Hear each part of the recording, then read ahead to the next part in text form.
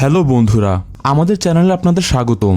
আজকে আমরা আপনাদেরকে জানাতে চলেছি মায়া সভ্যতার রহস্য নিয়ে। ভিডিওটি শুরু করার আগে আমাদের চ্যানেলটিকে সাবস্ক্রাইব না করা থাকলে অবশ্যই সাবস্ক্রাইব করে নিন এবং পাশের বেল আইকনে ক্লিক করে রাখুন। পৃথিবীর সকল মানুষ আতঙ্কে ছোটাছুটি করছে। 1 থেকে 200 তলা বিল্ডিং ভেঙে চুরমার হয়ে যাচ্ছে। পায়ের নিচের মাটি দুভাগ হয়ে গলিত লাভা বেরিয়ে আসছে। ব্যাপারগুলোকে খানিকটা পরিচিত লাগছে। প্রায় সব ধর্মে উল্লেখ আছে পৃথিবীর চূড়ান্ত পরিণতির দিনের কথা।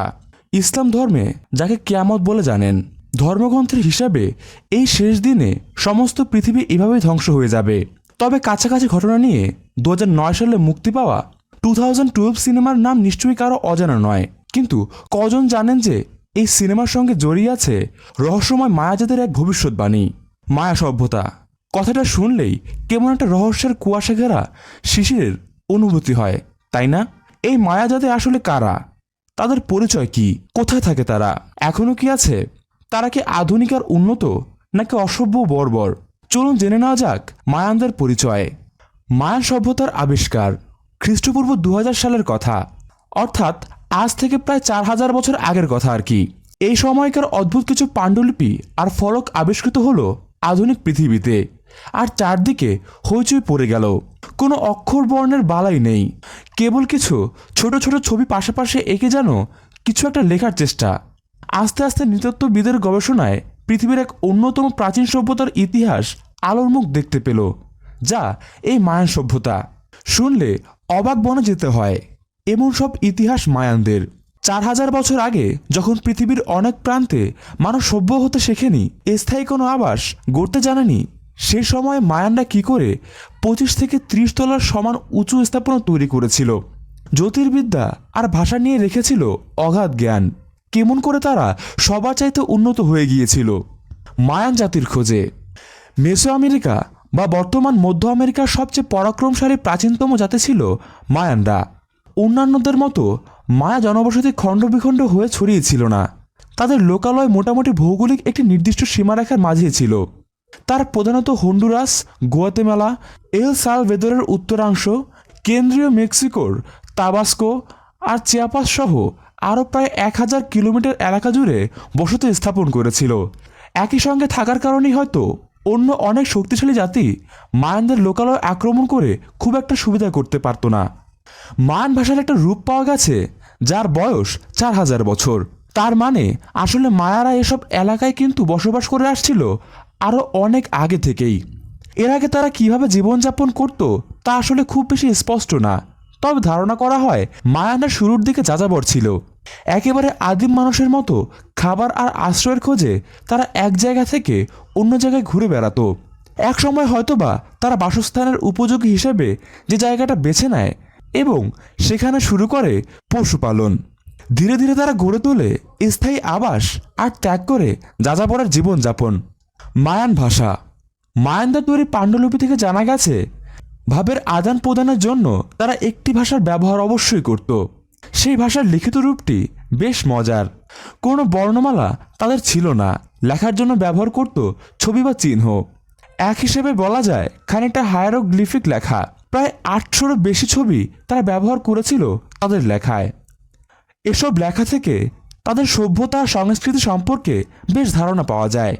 এছাড়া তারা গাছের বাকল দিয়ে তৈরি কাগজ দিয়ে বই বানাতো, সেগুলোকে বলা হয় কোডেক্স। মায়া সভ্যতার মাত্র 4টি কোডেক্স উদ্ধার করা হয়েছে অক্ষতভাবে। মায়ানরা লেখার কাজ চালাতো তুলি দিয়ে। কলম তখনও আবিষ্কৃত হয়নি। এই তুলিগুলো তারা বানাতো পশুর লোম অথবা লেজের সাহায্যে।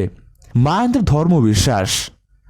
মায়ানদের ধর্ম নিয়ে বলতে গেলে আসলে শেষ হবে না, কারণ তাদের ধর্ম ছিল প্রতিনিয়ত পরিবর্তনশীল। সভ্যতার এক এক পর্যায়ে তাদের ধর্মীয় আচারবিধি ছিল এক এক রকম। তবে ধর্ম পালন করতে গিয়ে শেষ দিকে তারা হয়ে উঠেছিল ভয়ঙ্কর নিষ্ঠুর। তাদের ধর্মবিশ্বাস বেশ খানিকটা গোপনীয় ও রহস্যময়। কেউ কেউ বলেন মায়ানরা বিশ্বাস করত ঈশ্বরের সকল প্রাণ ও শক্তির উৎস। কেবল ঈশ্বরই পারেন জাগতিক সকল বিষয়ের সঙ্গে পরজাগতিক যোগাযোগ ঘটাতে। তারা আরও বিশ্বাস করত ঈশ্বর মিশে আছেন চন্দ্র, সূর্য আর বৃষ্টির সঙ্গে। মানুষের সকল প্রার্থনা শোনেন তিনি। তাদের ধারণা ছিল ঈশ্বরের নৈকট্য পাওয়ার একমাত্র মাধ্যম ছিল নিজ দেহের রক্ত আর তাই তারা বিশেষ কিছু অনুষ্ঠানে ঈশ্বরের নামে রক্ত বিসর্জন দিত। সবচাইতে গুরুত্ববাহী অনুষ্ঠানে রক্ত দিতেন মায়ানদের রাজা স্বয়ং। তবে এই আচারটি পালিত হতো অত্যন্ত গোপনে, কেননা এর মধ্য দিয়ে তারা পেত ঈশ্বরের দর্শন। তবে মতান্তরে মায়ানরা বেশিরভাগই নাকি প্রকৃতি পূজারী ছিল। বিভিন্ন প্রাকৃতিক শক্তিকে তারা উপাসনা করত। পৃথিবীর সকল মানুষের জন্ম ছোট ছোট শস্যদানা থেকে। এই ছিল মানবজাতির উৎপত্তি নিয়ে তাদের বিশ্বাস। এখন মায়ানদের ধর্মবিশ্বাসের যে অংশটুকু নিয়ে বলা হবে তা শুনে অনেকেরই গা শিউরে উঠবে। হ্যাঁ, মায়ান নরবলি। কেমন লাগছে? নরবলি নিয়ে বলতে গেলে মায়া ধর্মের এক নতুন পর্বে এসে পড়তে হবে। কেননা যখন তারা ঈশ্বরের সন্তুষ্টির জন্য নরবলি দিচ্ছে, তখন কিন্তু তারা আর প্রকৃতির উপাসক নয়, তারা ততদিনে বহু দেবদেবীর পূজারী। আরও ভয়ের কথা হলো, এই নরবলিগুলো কিন্তু তারা নিজেদের মানুষ থেকে দিত না। ভিন্ন সমাজের কেউ যদি মায়া রাজ্যে প্রবেশ করত, তারা হতো নরবলির শিকার। মায়া সভ্যতার অন্যতম নগরের নাম চিচেন ইৎজা। এই শহরকে বলা হতো নরবলির শহর। এই শহরে ছিল দুটো প্রাকৃতিক কুয়া। এই কুয়ার মাঝেই ছিল শহরটি। আর এই কুয়াকে ঘিরে গড়ে উঠেছিল মায়ান সভ্যতা আর সংস্কৃতি। এই শহরে গড়ে উঠেছিল মায়াদের পিরামিড, ধর্মীয় মঠ, টেম্পল অফ দি ওয়ারিয়ার্স, কোরাকল বা গোল স্তম্ভ ইত্যাদি। ধর্মীয় প্রধান আচার অনুষ্ঠান পালিত হতো এই শহরেই। মায়ানদের বিশ্বাস মতে তাদের আছে দুই প্রধান অমর দেবতা, যার একজন হলো ইজ্জিমোনা। তাদের মতে ইজ্জিমোনা মহাপরাক্রমশালী আকাশচারী দেবতা। এই দেবতাকে খুশি করতে মায়ান যাজকরা পবিত্র পিরামিডের ওপর নরবলি দিত। তবে এই বলিদান আর উৎসর্গের জন্য বিশেষ সময় বেছে নিত। আর এই পুরো প্রক্রিয়াটি হতো মায়ান ক্যালেন্ডার অনুযায়ী। বলিদানের সময় খানিকটা অ্যাজটেক রীতি অনুযায়ী মায়ানা বিশেষ আচার হিসাবে মানুষের বুক চিরে হৃৎপিণ্ড বের করে দেবতার সামনে উৎসর্গ করত। এছাড়া তারা মৃত মানুষের হাত, পা ও অন্যান্য অঙ্গ রেখে দিত নিজেদের কাছে। আর একজন প্রধান মায়া দেবতার নাম কুকুলকান। হিন্দু ধর্মের বিশ্বাসীদের সর্পদেবী মনসার সঙ্গে এই দেবতার বেশ মিল রয়েছে। কুকুলকান হল মায়ানদের সর্পদেবতা।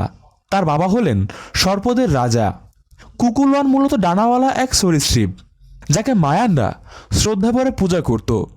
এই পূজার জন্য নবম ও দশম শতকের মাঝামাঝিতে তারা তৈরি করেছিল 100 ফুট উচ্চতার একটি পিরামিড সদৃশ উপাসনালয়।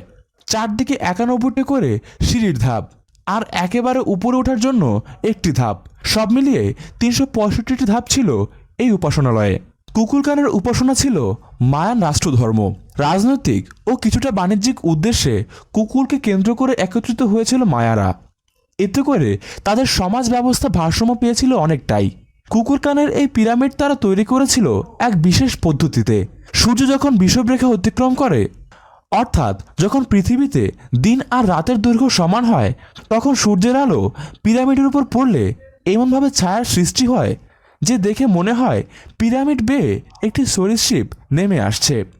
এই দুই দেবতা ছাড়াও মায়াদের ছিল মৃত্যুর দেবতা, যার নাম আহপুজ, উর্বরতার দেবতা চিয়াক, মায়াদের সূর্য দেবতা কিনেস আহাউ, জীবন ও মৃত্যুর নিয়ন্ত্রক দেবতা বি, নরকের দেবতা এল ইত্যাদি। দীর্ঘ 4000 বছর আগে যখন পৃথিবীর অন্যান্য জাতি সবেমাত্র আগুন জ্বালিয়ে কাঁচা মাংস সেদ্ধ করে খেতে শিখেছিল, মায়ানা তখন একের পর এক বানিয়ে চলেছিল পাথরের তৈরি সুউচ্চ সব স্থাপনা। জ্যোতির্বিদ্যা, ক্যালেন্ডার তৈরি থেকে শুরু করে খানিকটা সাহিত্য চর্চা করত তারা। কেমন করে তারা এই উন্নতির শিখরে পৌঁছে গিয়েছিল তা এক রহস্যই বটে। মায়ানদের এসব দৃষ্টিনন্দন স্থাপনা দেখতে ভ্রমণ পিপাসু পর্যটকরা ছুটে যান মধ্য আমেরিকার এসব অঞ্চলে। অদ্ভুত সুন্দর মায়ান পুরাকীর্তি আর বাড়িঘর দেখে উপভোগ করবেন না এমন লোক পাওয়া যাবে কিনা সন্দেহ।